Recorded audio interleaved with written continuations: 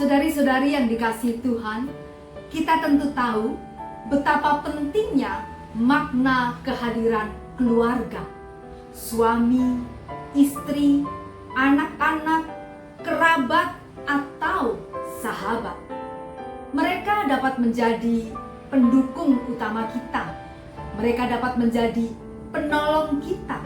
Mereka dapat menjadi penghibur dan bahkan penopang dikala kita lemah. Di saat kita menyusuri lembah kelam kehidupan, saat sakit, saat tertimpa musibah, kehadiran mereka sungguh berarti. Bahkan saudara-saudariku, kita mengakui, apalah daya kita tanpa mereka semua. Tentu hidup akan menjadi begitu sukar tanpa kehadiran dan dukungan orang-orang terkasih. Namun saudari-saudariku, tidak semua orang seberuntung kita.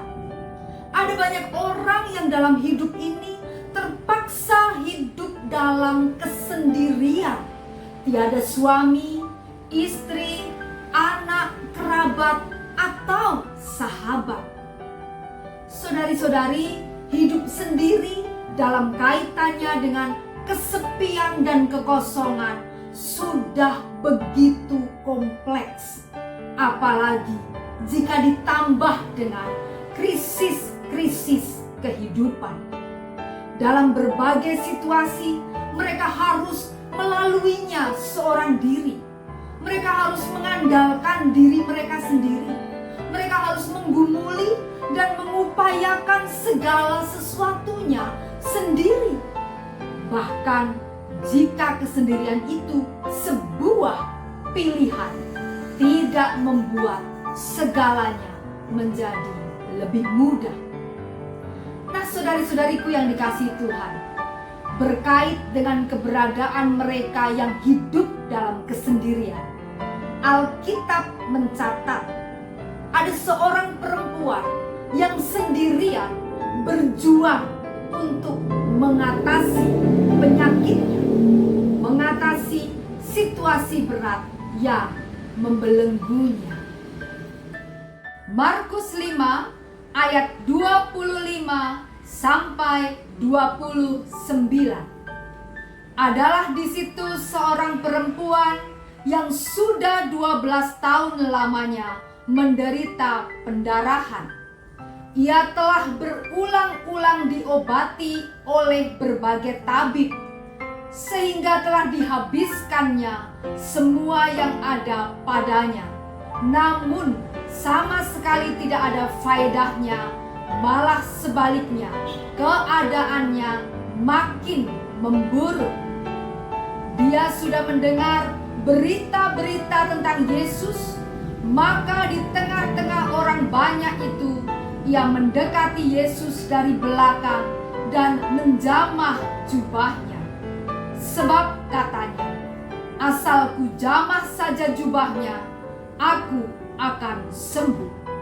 Seketika itu juga berhentilah pendarahannya dan ia merasa bahwa badannya sudah sembuh dari penyakitnya. Amin.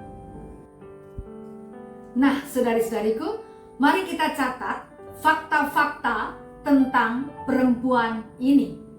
Fakta yang pertama, dengan tidak disebutnya nama suami atau nama ayahnya, dan dengan tidak adanya seorang pun kerabat yang menyertai dia, maka jelas kita tahu bahwa dia hidup sendiri. Fakta yang kedua, dikatakan bahwa ia telah menderita penyakit selama 12 tahun. Artinya, dia telah sangat lama tersiksa dengan penyakitnya. Fakta yang ketiga, penyakitnya adalah pendarahan yang menurut hukum Musa sebagaimana tercatat dalam kitab Imamat membuat perempuan ini dinajiskan. Bahkan segala apa yang disentuhnya turut menjadi najis. Hal ini mengandung konsekuensi pengucilan. dia bisa diusir dari kampungnya, dia bisa diusir, dijauhi dari seluruh kaum kerabatnya. Dia mengalami pembatasan-pembatasan baik dalam kehidupan sosial maupun dalam kehidupan keagamaan. Fakta yang keempat, dia adalah seorang yang miskin karena upaya pengobatan bertahun-tahun telah menghabiskan apa yang dimilikinya. Dalam keadaan serba terbatas, saudara, bagaimana mungkin ia dapat bekerja? Bagaimana mungkin dia dapat mengumpulkan uang yang cukup untuk hidup dan berobat? Tentu perempuan ini sudah miskin dan semakin miskin hidupnya. Fakta yang kelima mengungkapkan, walaupun demikian, ia adalah seorang yang teguh berpengharapan dan beriman. Terbukti bahwa dia tidak putus asa. Setelah melewati masa 12 tahun yang panjang, dia tetap berharap, dia tetap beriman. Maka ketika dia mendengar bahwa Yesus berada di dekatnya, dia segera menjumpai Yesus bersama dengan orang banyak. Dia mendatangi Tuhan Yesus dengan harapan untuk disembuhkan. Nah, pertanyaannya adalah, mengapa ia tidak berani secara terang-terangan menyapa dan memohon Yesus menyembuhkannya? Saudariku, hal itu jelas sekali berkait dengan jenis penyakit yang dideritanya. Pendarahan, itulah yang membuatnya menjadi najis. Itulah yang membuatnya menjadi takut untuk berbicara dan bertindak terang-terangan.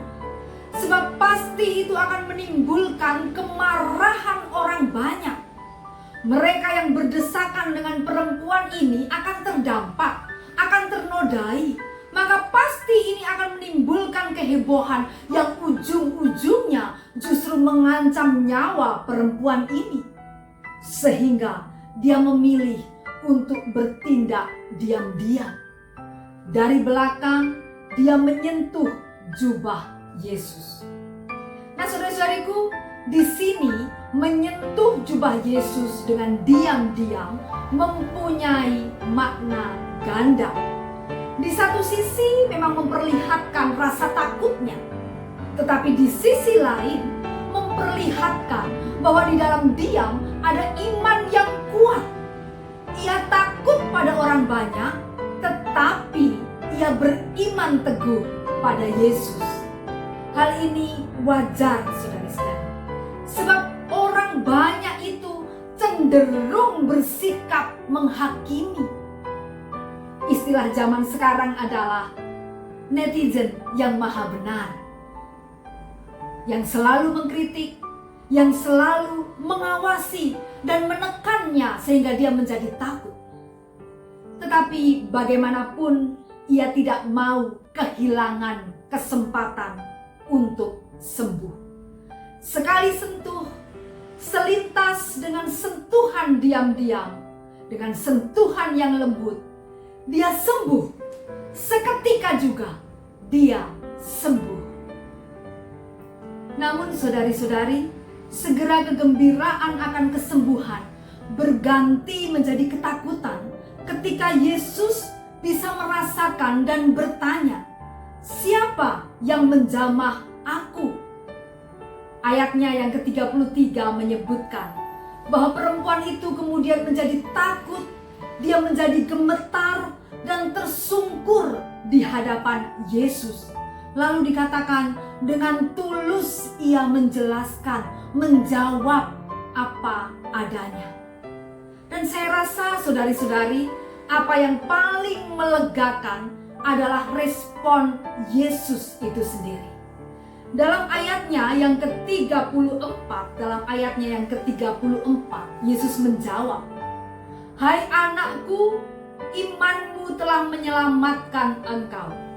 Pergilah dengan selamat dan sembuhlah dari penyakitmu." Perhatikan saudari-saudari, bahwa dalam respon ini Tuhan Yesus mengatakan, Dia mengatakan yang pertama, bahwa perempuan ini yang dikucilkan, yang dibuang, yang tidak mempunyai siapa-siapa dalam hidupnya, ia adalah anak Tuhan Yesus. Dia dipanggil anak, dia disebut anak. Ini menunjukkan bahwa dia itu berarti, bahwa dia itu berharga. Dia yang dilupakan orang diangkat menjadi anak. Hal ini menjelaskan posisi mereka yang selama ini tersingkir. Mereka yang selama ini terlupakan. Mereka seharusnya diingat dan dirangkul. Kita sebagai komunitas, sebagai jemaat, sebagai pelayan-pelayan Tuhan di masa kini, seharusnya mempunyai keseimbangan dalam berpelayanan. Mereka yang mengalami loneliness dan mereka yang mengalami emptiness juga harus diperhatikan. Mereka yang hidupnya sendirian, apalagi di masa tua, dalam keadaan sakit-sakitan, berkekurangan, mereka adalah bagian dari masyarakat kita. Mereka adalah bagian dari komunitas kita, bagian dari jemaat. Mereka harus diberi ruang, mereka harus diberi perhatian. Sebab mereka membutuhkan perhatian dan uluran tangan kita. Makna yang kedua dari respon Tuhan Yesus adalah Tuhan Yesus tidak hanya memberikan kesembuhan, tetapi juga keselamatan. Artinya ada pemulihan dalam diri perempuan ini. Apa yang selama ini hilang, apa yang selama ini direnggut dalam kehidupan perempuan ini, dikembalikan oleh Tuhan Yesus. Ia pulang sebagai orang yang sembuh, tahir, suci, dan siap untuk memulai kehidupan yang baru. Dia kembali mempunyai hak-hak sosial. Dia kembali mempunyai hak untuk berpartisipasi di dalam kehidupan ibadah dan keagamaan. Dia dapat bekerja, dia dapat membangun kehidupannya, dan lain-lain. Saudara-saudariku yang dikasihi oleh Tuhan Yesus Kristus, perempuan ini mengajarkan kepada kita arti kesabaran, arti keteguhan iman, arti kekuatan menanggung beban dan tetap memiliki harapan. Dan khususnya bagi mereka yang selama ini berada dalam kesendirian, perempuan ini mengajarkan untuk tegar, untuk tetap berjuang.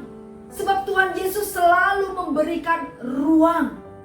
Kendati dunia menolak, kendati dunia melupakan, mengucilkan, Tuhan Yesus memanggil sebagai anak. Tuhan Yesus adalah tujuan yang tepat untuk harapan yang tidak terkatakan, untuk harapan yang tidak terungkapkan. Kuasanya, saudari-saudari, tidak dibatasi oleh kondisi dan struktur-struktur kehidupan. Kuasanya menyentuh unreached people, mereka yang tersisihkan. So, jangan takut, jangan berkecil hati.